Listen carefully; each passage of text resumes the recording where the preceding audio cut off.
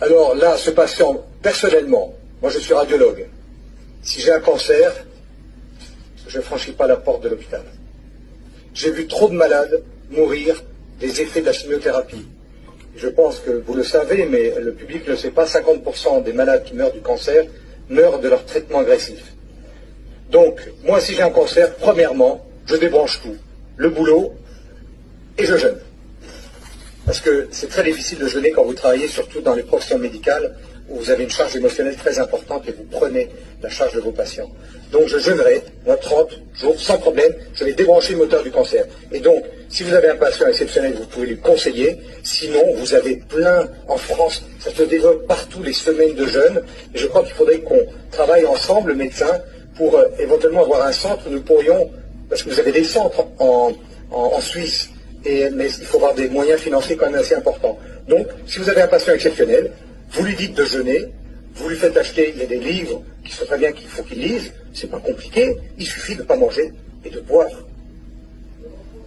Pendant 30 jours, alors il faut faire une supplémentation, etc. Et vous revoyez votre patient au moins une fois par semaine pour vérifier le poids, la tension, parce que la tension, il y a des hypotensions, etc., des migraines, donc il y a des petits détails pour arriver, mais le bon Dieu nous a donné le jeûne.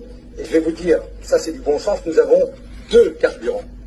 Nous avons le sucre, qui est le carburant que nous utilisons tous dans l'alimentation, mais nous avons les corps cétoniques. Or, que nous pouvons utiliser dans le jeûne, c'est les corps cétoniques. Et c'est ça qui donne cette espèce d'emballement spirituel, c'est les corps cétoniques. C'est un stimulant intellectuel et spirituel fantastique.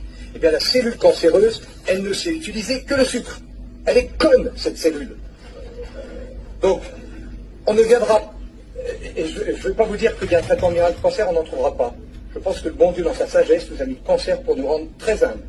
Vous tous ici, vous savez qu'il n'y a aucun traitement efficace seul contre le cancer. C'est un traitement personnalisé pour chacun de nos patients. Et la prévention, le traitement du cancer, c'est la prévention. Quand vous avez un patient qui a un cancer, il faut d'abord qu'il jeûne. Vous allez débrancher le moteur du cancer. C'est un régime cétonique à 100%.